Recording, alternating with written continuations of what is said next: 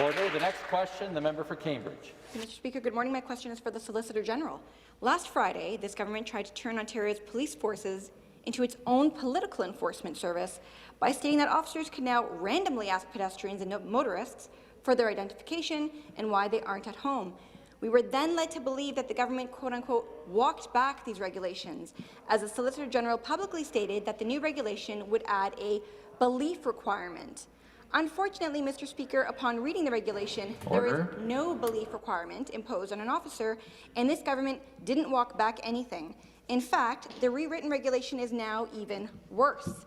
Will the Solicitor General admit that she didn't properly explain the rewritten regulation and confirm that the new regulation has tossed away one's right to remain silent by compelling them to give the police information and allowed the police to question people based not on a belief, but on a suspicion that someone is attending an outdoor gathering?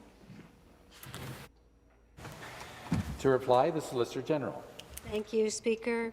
You know, as I've said continuously, it is critical for all Ontarians to respect the stay-at-home order to prevent people getting COVID. We need to stop the spread. And although the vast majority of Ontarians have respected public health measures put in place, individuals continue to put others at risk by gathering with those outside of their household. Our priority has always been to address and discourage gatherings and crowds that violate the stay-at-home order. And we have the potential to do this right and stop the spread of COVID-19, give our ICU capacity the space they need to protect people across Ontario. Thank you. Thank you. The supplementary question.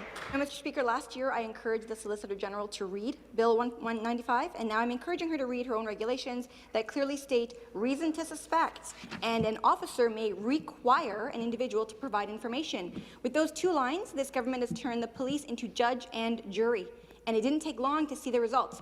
Reports appeared from Gravenhurst of a boy being taken to the ground by officers because he failed to identify and because the officer said, "You don't talk to an adult like this."